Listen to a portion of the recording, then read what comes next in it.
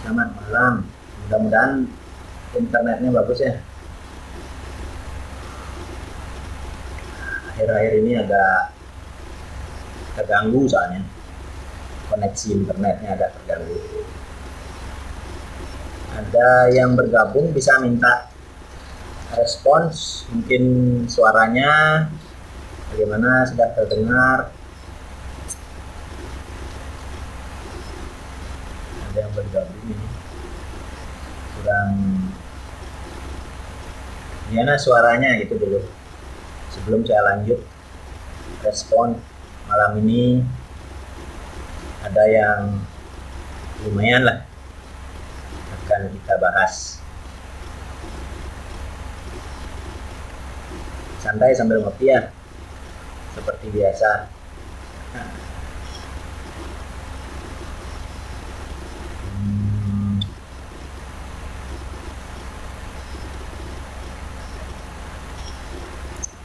Oke, malam ini ada yang bisa merespon mungkin untuk suara, bisa komen suaranya ada gangguan atau gimana, atau cukup jelas didengarkan. Karena malam ini lumayan ini topiknya agak padat, jadi biar enggak nanti woi sip semua tuh Haji kita.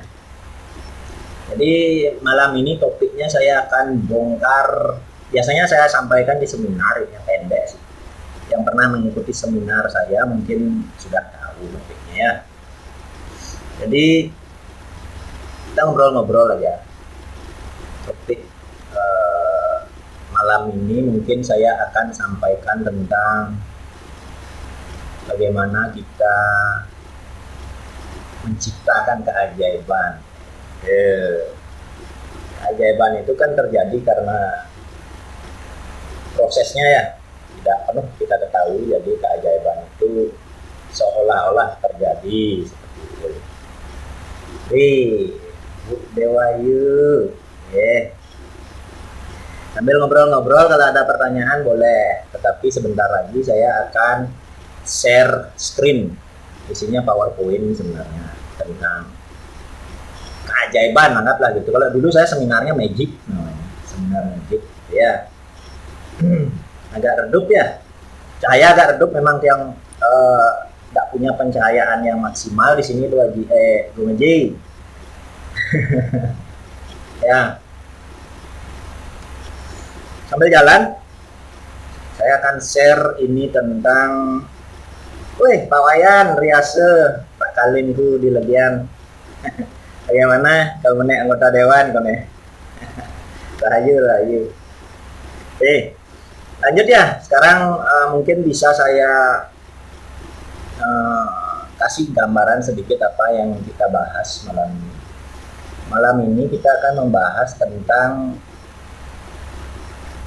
bagaimana keajaiban itu bisa tercipta, bagaimana pikiran kita bisa mempengaruhi pikiran fokus ya, bukan pikiran ala kadarnya, itu bukan. Pikiran yang fokus, pikiran yang jernih, terpaku pada satu titik poin. Nah, bayangkan, pernah dengar atau pernah tahu ya, saya sekarang lah Bung Haji Haji Cetane ya, tadi mengatakan agak redup, padahal ini cahayanya berapa watt ini? 10 watt. Kenapa bisa redup? Karena tidak fokus. Nah, inilah apa hubungannya dengan pikiran yang fokus, kan gitu sekarang. Kalau pikiran yang fokus, bagaikan cahaya yang fokus. Pada saat cahaya itu fokus, maka dia disebut berubah namanya jadi laser. Nah, pernah dengar kalau laser 10 watt itu bisa motong apa? Mungkin bisa memotong barang-barang yang lebih keras, atau bahkan cahaya yang difokuskan itu bisa memotong bahan-bahan logam. Itu baru cahaya ya. Bagaimana kekuatan pikiran itu kalau fokus bisa menembus, luar biasa, kekuatannya yang luar biasa pada saat dia koheren atau fokus. Pada saat fokus, kekuatan itu lebih terasa, lebih berimbas, lebih menghasilkan. Kekuatannya itu lebih memberikan manfaat atas apa yang diinginkan. Betul. Kemudian dalam pelatihan Anggit Prana ada beberapa teknik yang saya sampaikan tentang bagaimana mengasah fokus. Menurut itu mengasah fokus itu tekniknya macam-macam sih, dan boleh-boleh saja, sah-sah saja, apapun yang penting sesuai dengan pemahaman Anda, kenyamanan Anda. Intinya kan seperti itu, kita melakukan sesuatu itu harus sesuai dengan apa yang kita sukai, apa yang kita nikmati, apa yang bisa kita istilahnya bisa kita nikmati seperti itu ya. Oke, langsung aja saya akan share slide-nya ya, sambil saya jelaskan. Mungkin bisa dilihat, mudah-mudahan ini share slide-nya ada belum? Oke, buka slide, bisa geser dulu gini. Oke, saya akan jelaskan di awal apa ini sebenarnya topiknya, kan seperti itu. Oke, topiknya adalah sedikit tentang Anggit Prana ya. Bagaimana kita memahami, mempelajari, dan mewujudkan keajaiban untuk diri kita sendiri maupun orang lain. Nah, ini topiknya ya, sambil ngopi. Oke, saya ada di pojok, jadi bisa sambil dengar suara saya, lihat slide juga. Mudah-mudahan ini juga bisa bermanfaat nanti ya. Oke.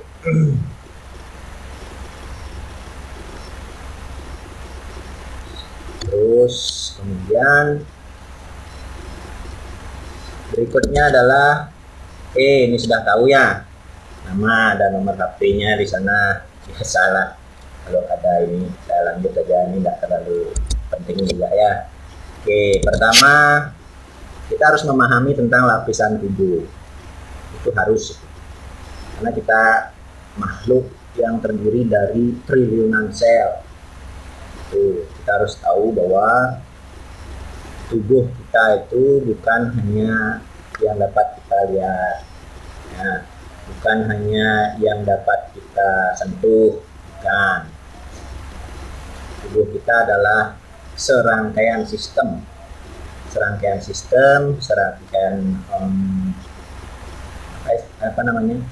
sistem yang bekerja bersama, tidak bisa satu-satu, semua bekerja secara bersama-sama, seperti itu. Kemudian apa saja yang merangkai tubuh kita ini, ada beberapa lapis kalau dalam keyakinan kita itu di Bali, keyakinan yang saya anut seperti itu, atau bahkan itu universal sih sebenarnya ya, disebut dengan Pancamaya Kosa, tetapi secara keilmuan modern pun sama, dipahami sama seperti itu. Jadi apa lapisan yang pertama itu adalah lapisan tubuh fisik, seperti yang inilah yang kita lihat sekarang ini adalah lapisan tubuh fisik. Kemudian lapisan tubuh fisik ini ada beberapa hal yang menyebabkan bisa bertahan seperti itu. Saya lanjutkan, lapisan yang berikutnya adalah lapisan tubuh prana. Nah, ini lapisan tubuh energi yang ini ya. Kemudian lapisan tubuh ini memerlukan pasokannya ya, berupa makanan, minuman, oksigen, mineral, dan lain sebagainya. Ini lapisan tubuh prana ini benar-benar bekerja subtle atau secara halus yang menghubungkan lapisan pertama dengan lapisan ketiga, seperti itu. Kemudian lapisan tubuh yang berikutnya itu adalah lapisan tubuh pikiran dan perasaan. Jadi ini lapisan tubuh ini istilahnya makanannya itu adalah pengetahuan dan hiburan. Jadi ini Kenapa seseorang haus akan pengetahuan? Kalau tidak tahu maka tidak mengetahui sesuatu, seseorang akan berusaha untuk mengetahui hal tersebut, termasuk orang berkeyakinan, karena dorongan keinginannya untuk mengetahui sesuatu yang tidak dia ketahui. Jadi pengetahuan itu berpengaruh luar biasa. Kemudian hiburan juga, seseorang sangat memerlukan hiburan untuk lapisan tubuh ketiganya. Nah, ini adalah tentang pikiran dan perasaan, seperti itu. Jadi ketiga bagian tubuh ini yang membedakan setiap manusia ini, yang membuat mereka sangat unik. Secara fisik dia unik, secara pikiran dia unik, dan secara perasaan dia sangat unik masing-masing orang. Ini yang membedakan manusia. Sedangkan dua lapisan yang berikutnya itu rata-rata mirip, dan lapisan tubuh yang terakhir, yang terdalam itu istilahnya, atau yang menjadi inti ya, sama, karena intinya sama dengan semesta, seperti itu. Kemudian saya lanjut ke lapisan tubuh berikutnya, itu adalah lapisan tubuh kebijaksanaan. Nah, ini muncul dari mana? Dari pengetahuan yang karena setiap lapisan tubuh ini saling berkaitan. Anda bisa lihat lapisan pertama dengan kedua itu konsumsinya sama, kedua dan ketiga itu sedikit berbeda, kemudian ketiga dengan keempat ada kemiripan.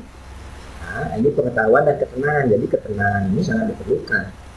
Ketenangan itu bisa berupa kondisi tidur, seperti itu. Pada saat orang merasa tenang itu hampir sama dengan kondisi dia tidur.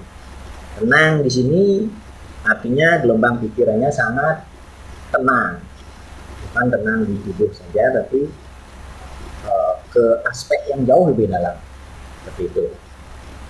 Kemudian yang terakhir itu adalah lapisan tubuh kosmik. Nah, ini lapisan tubuh yang berkaitan langsung dengan alam, bahkan dengan sang penciptanya, seperti itu. Kemudian apa yang mempengaruhi masing-masing lapisan tubuh ini? Ada beberapa sih sebenarnya, tetapi saya hanya memberikan sedikit gambaran singkat saja ya. Kemudian yang berikutnya adalah lapisan tubuh kosmik tadi berhubungan langsung dengan sang hidup. Ya, kalau dilihat tadi ada lapisan tubuh kosmik, itu sejatinya sama, hanya saja setelah terkondisikan oleh lapisan-lapisan tubuh berikutnya yang ke-1 sampai dengan ke-4, maka dia tidak lagi dikatakan sama dengan sang hidup itu. Entah Anda sebut apapun itu sang hidup, entah Anda sebut Tuhan, entah Anda sebut itu The Matrix, entah apapun itu sebutannya. Bagi orang-orang yang berpendidikan dan berpengetahuan, mereka punya sebutan masing-masing. Tapi kita di Indonesia terbiasa menyebut sang hidup itu sebagai Tuhan itu sendiri, tetapi masing-masing keyakinan punya anggapan dan cara pemahaman yang berbeda-beda. Jadi tidak bisa kita seragamkan, karena manusia itu sendiri unik ya, apalagi hasil buah pemikirannya jelas unik, seperti itu. Kemudian sang hidup ini, nah ini sebenarnya konsepnya ada, kalau di konsep tradisional Bali itu ada namanya piramida Dasya Aksara, kan gitu, orang menyebutnya seperti itu. Tetapi oke lah kita bahas secara modernnya seperti apa. Nanti saya akan hubungkan juga sedikit apa yang kira-kira memiliki kesamaan atau korelasi dengan pengetahuan tradisional, akan saya sampaikan juga. Kemudian berikutnya sang hidup ini bisa mengalami kehidupannya dengan dua jalan, seperti itu. Hanya kalau ada dua ini bisa mengalami kehidupan, seperti manusia misalnya pada saat terlahir,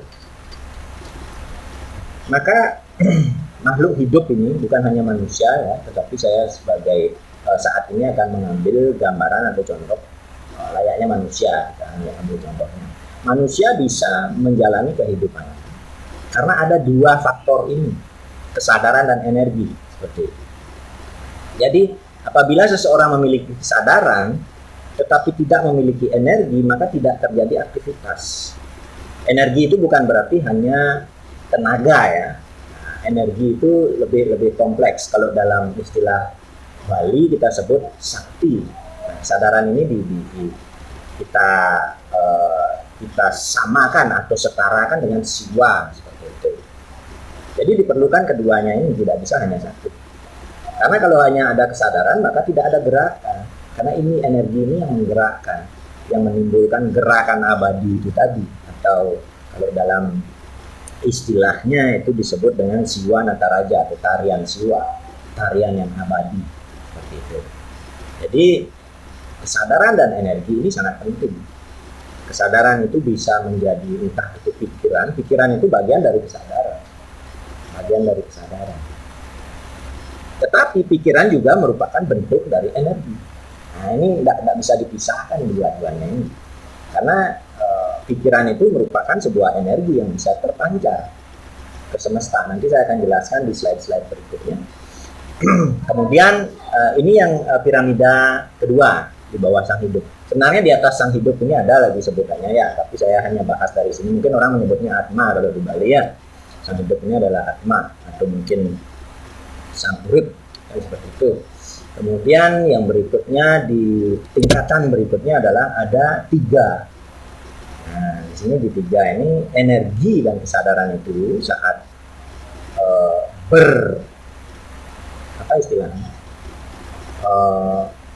berinteraksi, berkohesi, dan macam-macam istilahnya itu ya. Ada kalau dalam sastra itu disebutkan pertemuan siwo kelawan sakti, kan seperti itu. Setelah ada pertemuan tersebut, maka akan ada sifat-sifat energi itu. Sifat energi itu menjadi 3 atau gunanya. Dari guna, saat kesadaran dan energi bertemu, maka akan menimbulkan guna atau manfaat. Ya, akan menimbulkan manfaat. Nah, ada yang bermanfaat atau berguna aktif, ada yang berguna pasif, dan ada yang berguna transformatif. Nah ini yang disebut dengan satwam, rajas, tamas. Macam-macam sih yang terbagi 3. Tapi saya membahas dari pertemuan antara kesadaran dan energi di sini. Jadi pertemuan tersebut akan menimbulkan guna atau manfaat. Manfaat aktif. Apakah aktif itu jelek? Tidak. Apakah pasif itu jelek? Tidak. Tidak.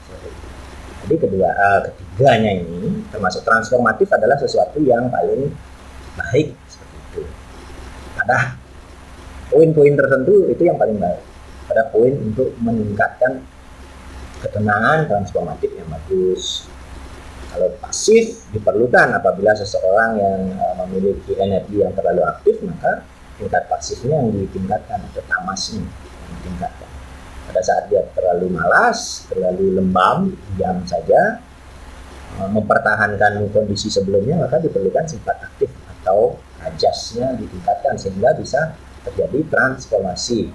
Nah, tujuan utamanya nanti adalah ke sini, ke bagian transformatif ini. Nah, di sini, di transformatif ini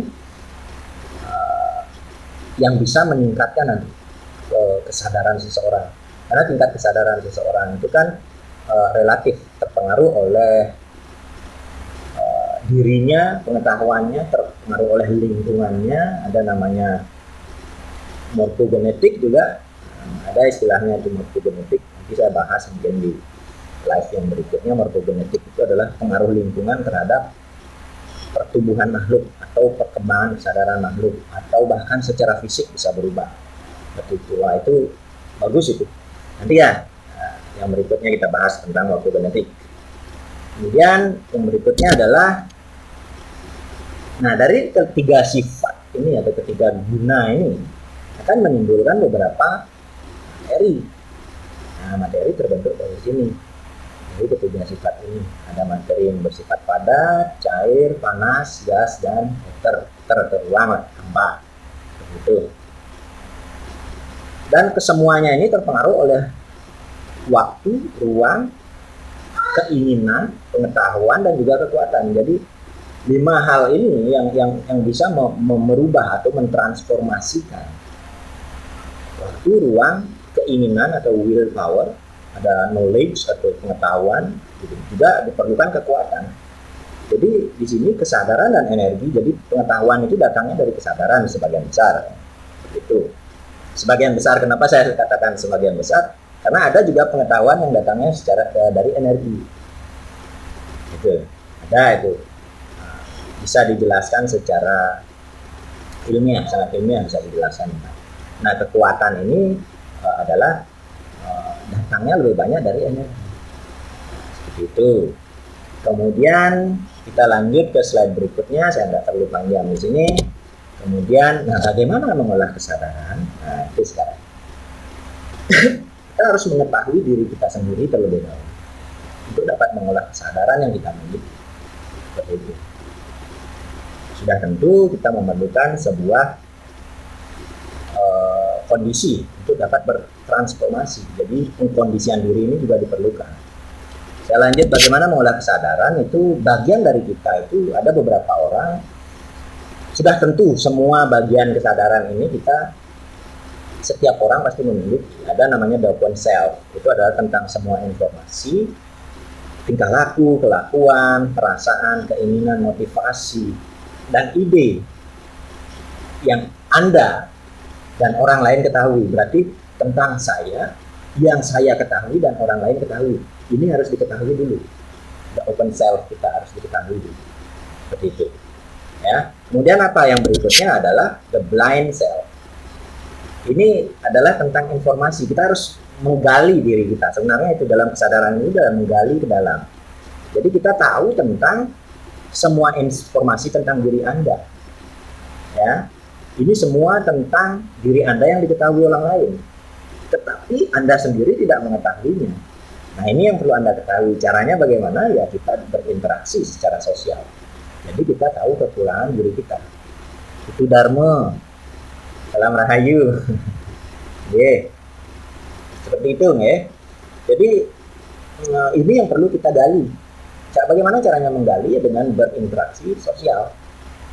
Entah itu dengan keluarga, dengan tetangga, dengan teman, dengan dunia bahkan. Melalui mungkin cara seperti ini juga dengan cara online kita menggali blind self kita, sesuatu yang kita tidak ketahui tentang diri kita, tetapi orang lain tahu. Itu yang kita gali supaya itu bisa memberikan kita kemampuan untuk berdamai dengan ego kita sendiri. Nah, kemudian yang ketiga itu adalah the hidden self, bagian diri yang tersembunyi, gitu ya. Di sana ada sebuah informasi yang Anda ketahui tentang diri Anda, tetapi Anda rahasiakan dari orang lain. Pasti ada, setiap orang punya hal tersebut. Itu namanya the hidden self, hal tersembunyi dari diri Anda. Nah, ini yang kiranya Anda perlu lebih bijaksana. Mana yang perlu Anda open, Anda sampaikan, mana yang kiranya perlu Anda simpan untuk diri Anda sendiri. Jadi pelajari diri Anda sendiri. Apa yang perlu saya expose? Oh, saya punya kemampuan ini, maka expose itu, karena itu akan meningkatkan kesadaran Anda. Atau Anda sesuatu yang tidak perlu Anda expose, karena itu juga akan memberikan Anda perasaan-perasaan yang hal yang Anda sembunyikan itu akan memberikan perasaan yang sebuah beban, anggaplah beban seperti itu, beban untuk tidak menyampaikan hal yang hidden atau yang ingin Anda sembunyikan itu. Nah, itu. Ya, kemudian yang keempat itu ada yang namanya the unknown self.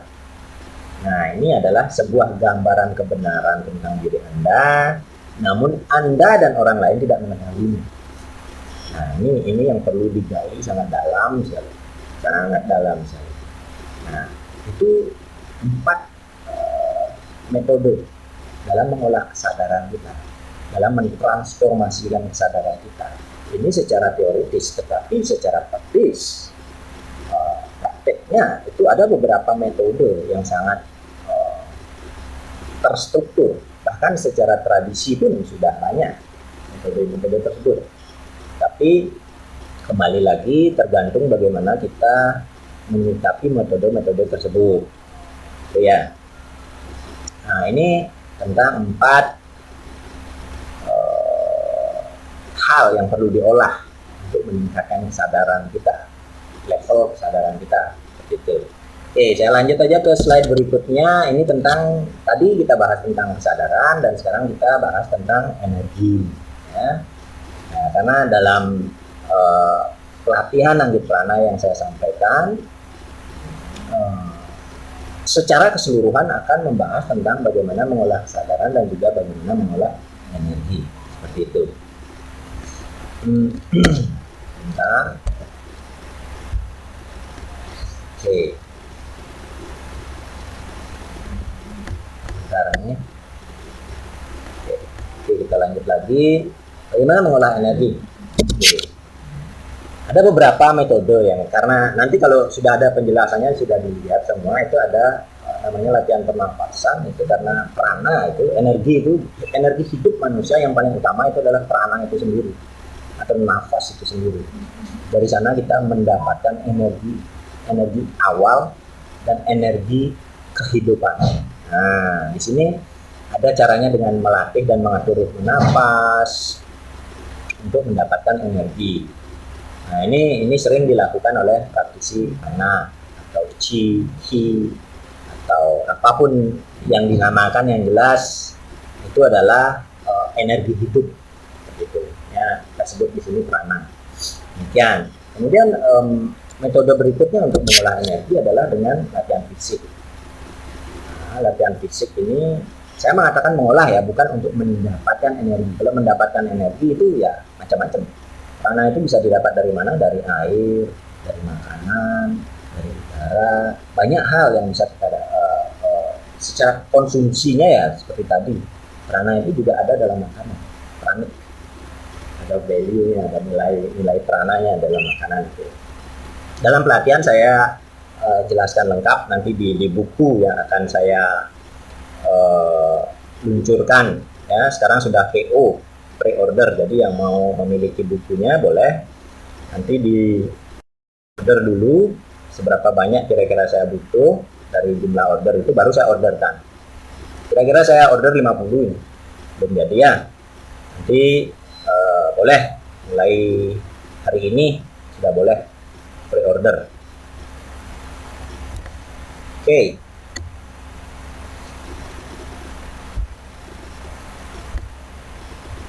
Lanjut lagi yang berikutnya.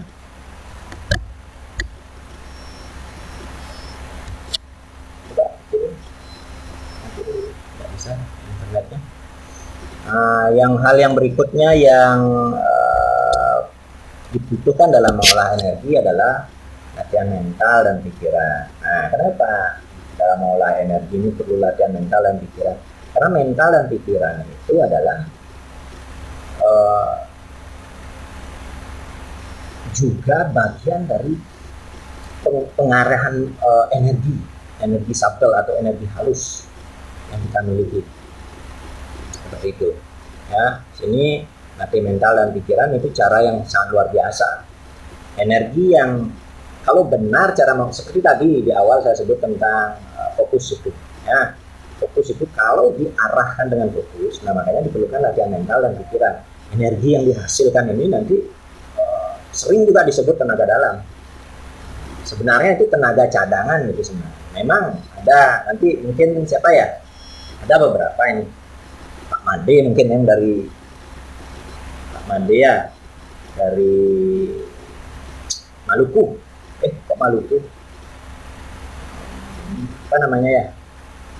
Bau-bau itu ya, Sulawesi. Dari Sulawesi ya, sudah mencoba. Itu dah yang disebut tenaga dalam.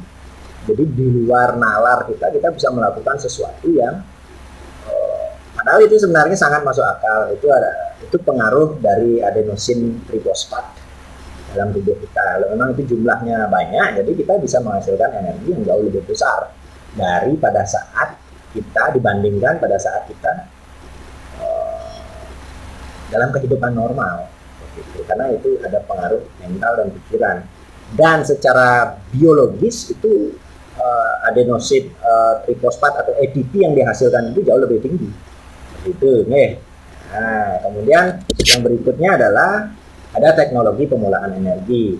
Kalau secara tradisional itu ada keris ya, ada mungkin kerisnya dipolakan energinya, ada jimatnya, ada raja, amulet dan lain sebagainya, namanya apapun itu ya, itu teknik pengolahan energi seperti itu. Kemudian kalau secara modern itu ada pengolahan mineral, misalnya orang bikin air berenergi, ya ada racikan-racikan unsur kimia, ada yang bikin apa istilahnya,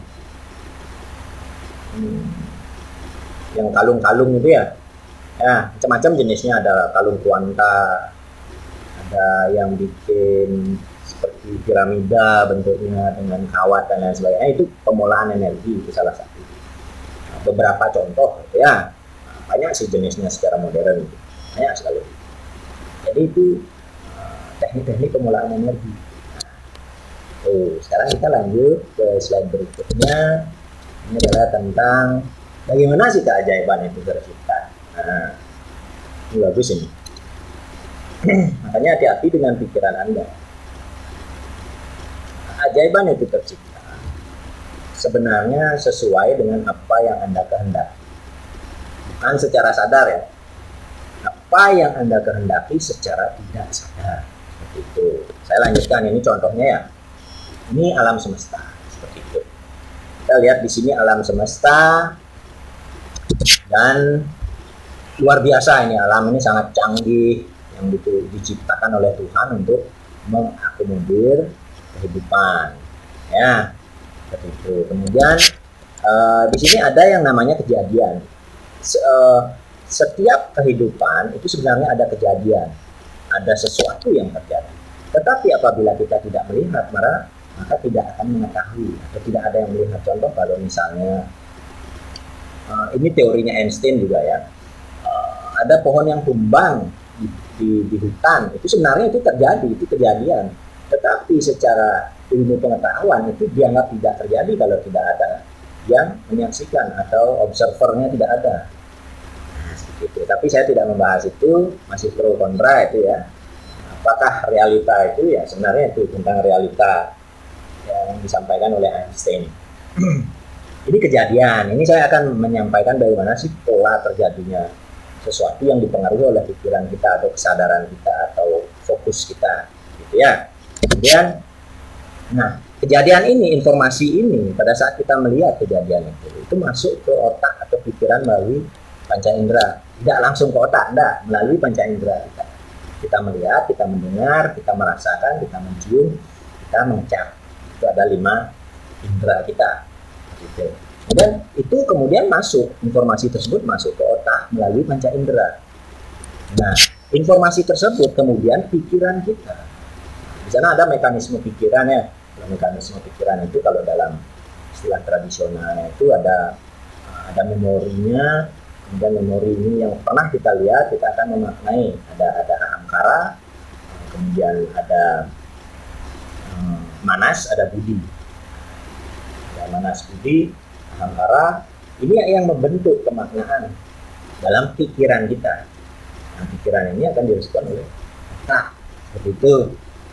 Nah, ini data yang masuk itu kemudian disimpulkan oleh pikiran kita. Pikiran kita yang akan menyimpulkan data itu. Entah itu, makanya kadang satu kejadian itu apabila orang yang berbeda melihat akan menyimpulkan atau memaknai berbeda. Contoh, ada orang kecelakaan di jalan, itu misalnya kecelakaan di jalan, pada saat misalnya saya tidak senang dengan orang yang kecelakaan itu, maka pikiran saya menyimpulkan kena karma. Nah, kan itu. Nah, itu dah akibatnya orang yang senang ngebut-ngebut ya gitu. Tuh. Mungkin menurut orang yang keluarganya dia akan merasa sedih. Jadi maknanya berbeda dari setiap orang, tergantung pikiran kita yang proses nanti menyimpulkan. Gitu. Kemudian pikiran yang sudah menyimpulkan itu akan turun direspon oleh hati atau jiwa. Nah, ini akan merespon dengan memberikan input berdasarkan apa? Berdasarkan informasi yang tersimpan dari proses sebelumnya. Nah, inilah kesan-kesan atau kesan-kesan kehidupan sebelumnya ini yang tersimpan di bawah sadar, di pikiran bawah sadar. Nah, ini di ahamkara namanya ya, ahamkaranya. Nah, kemudian fungsi dasar bagian dari bagian jiwa ini. fungsi dasarnya apa? Itulah budi itu tadi. Ada permainan logika di sini. Nah, permainan antara tiga komponen pikiran manusia ini itu yang disebut dengan rasa. Nah, itu yang disebut dengan rasa. Nah, sedangkan berkeyakinan itu adalah tentang rasa. Jadi ya tergantung pengalaman kita di masa lalu, memori-memori kita itu sebenarnya menyebabkan kenapa setiap orang itu punya pemahaman, pemikiran, perasaan yang berbeda. Nah, karena pengalamannya berbeda-beda. Seperti itu. Kemudian apa yang terjadi berikutnya? Kemudian rasa ini akan menjadi kesimpulan. Antara rasa dan pikiran itu menjadi kesimpulan. Nah, kesimpulan ini adalah asumsi. Karena itu bukanlah yang sebenarnya. Karena kejadian itu tidak ada makna sebenarnya. Tetapi kita membuat asumsi, pikiran kita membuat asumsi, membuat kesimpulan. Ya, kesimpulan itu akan menimbulkan rasa. Nah, kemudian rasa yang tadi itu di bagian kepala kita, anggaplah itu sebuah cakra, yang anggap cakra mahkota, sebenarnya itu sebuah field ya, field atau medan, sebuah medan yang nilainya bisa ditembakkan. Nah, ada sebuah sistem antena di pikiran kita. Kebanyakan orang bilang itu di pineal gland, sebenarnya bukan di sana. Tidak diketahui di mana wilayahnya. Itu karena setiap sel kita itu punya pemancaran masing-masing, bukan hanya satu di otak saja. Tetapi anggaplah itu di cakra mahkota. Kenapa disebutkan cakra mahkota? Itu di luar kepala. Karena dia sebuah field begitu. Ya, oke, saya lanjut aja. Saya tidak bahas mendalam tentang itu. Kemudian rasa itu tadi dipancarkan kembali ke alam semesta melalui rasa, entah itu berdoa. Nah, makanya tips berdoa yang baik itu adalah gunakan rasa. Gitu. Ya, karena hanya rasa yang direspon, bukan pemikiran atau keinginan yang direspon oleh alam, oleh sistem semesta atau oleh matriks, bukan. Seperti itu. Nah, kemudian energi yang dari dalam diri itu dipancarkan ke alam semesta melalui cakra mahkota. Nah, energi ini akan membawa informasi atau data. Data itu dari mana? Dari asumsi atau kesimpulan pikiran dan juga dari rasa. Rasa itu hasil kerja hati. Tuh. Jadi ada dua komponen, ada satu di hati, satu di pikiran. Jadi dua komponen ini saling mempengaruhi. Nah, ini akan direspon. Ini akan dipancarkan, maka hanya memikirkan saja belum tentu akan terwujud doa itu yang ada seperti itu. Ya. Kemudian, nah pikiran kita tadi, yang pikiran dan perasaan kita tadi, atau asumsinya ya, bukan hanya pikiran tapi asumsi. Asumsi itu lebih dalam maknanya, nanti akan saya buat khusus live tentang itu. Apa sih bedanya? Saya kan berpikir seperti ini. Asumsi yang dari rasa dan dari pengalaman masa lalu, dari tiga komponen pikiran ini tadi, tidak sama dengan apa yang hanya kita pikirkan atau hanya kita inginkan. Fungsinya berbeda. Ya. Kemudian, nah, semakin tinggi kualitas energinya, ini kembali lagi tentang fokus, tentang laser di awal tadi itu. Ya, semakin tinggi kualitas energi, makin fokus. Nah, tahu kemana tujuannya, jadi detail gitu. Makin detail program yang kita dibawa oleh pikiran dan perasaan kita itu. Maka feedback atau respon alam semesta juga akan mengikuti input yang diberikan. Input itu dari mana ya? Pancarkan tadi. Seperti itu. Dan pancarkan tadi itu. Ya. Kemudian itu seperti tadi. Nah, kemudian alam semesta akan memberikan energi feedback. Feedbacknya akan sama persis, gitu. Feedbacknya akan sama persis dengan input yang kita kirimkan tadi. Entah itu dengan doa, entah dengan perasaan, ya, entah dengan tanpa sengaja atau sengaja.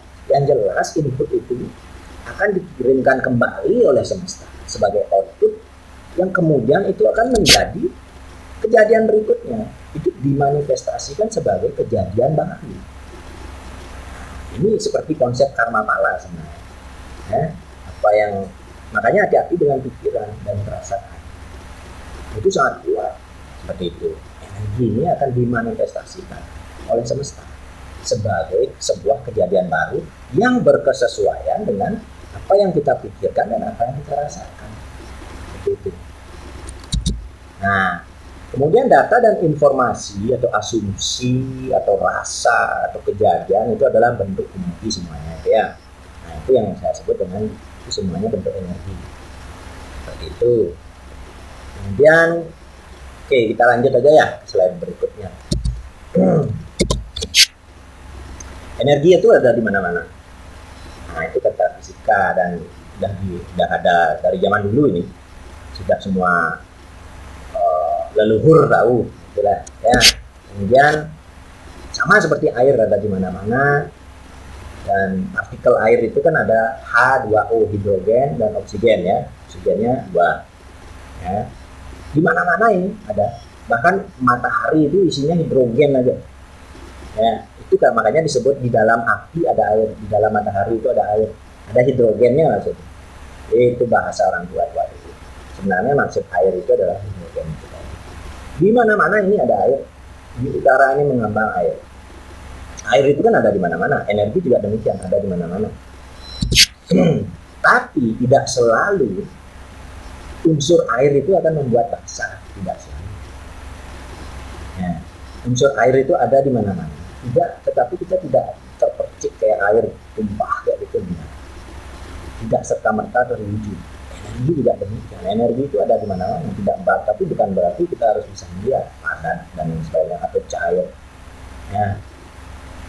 Dia akan mewujud pada saat-saat tertentu. Energi itu, seperti air itu juga, sama seperti sumber mata air itu ada yang alami, ada yang buatan. Ya. Sumber energi juga ada yang alami, ada yang dibuatkan. Buatan dalam artian dikelola. Nah, salah satu mengelolanya itu yang saya sampaikan di Anggit Prana ini, itu mengelolanya. Anggaplah itu buatan. Sebenarnya kita tidak membuat energi, tapi kita mentransformasikan energi yang ada berlimpah ini. Seperti itu sebenarnya. Nah, kemudian ada di mana-mana energi itu, namun tidak berarti Anda selalu bisa merasakan. Ya, itu bisa, itu yang bisa saya sampaikan. Oke, saya lanjut. Oke, kita kembali ke screen aja ya. Jadi seperti itu sebenarnya. Oke, kita tutup dulu slide-nya ini. Oke, mungkin ada yang sambil ngobrol-ngobrol lah. Yang bertanya mungkin bosan nanti misalnya.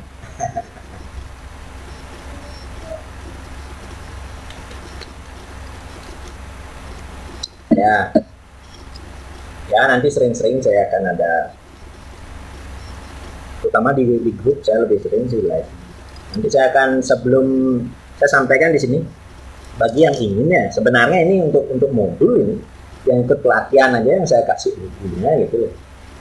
Saya cetak sedikit, nanti saya kasih kesempatan, utamakan bagi yang sudah ikut pelatihan. Sebenarnya ini modul pelatihan itu ya, tapi kalau ada yang mau nanti saya pertimbangkan dulu.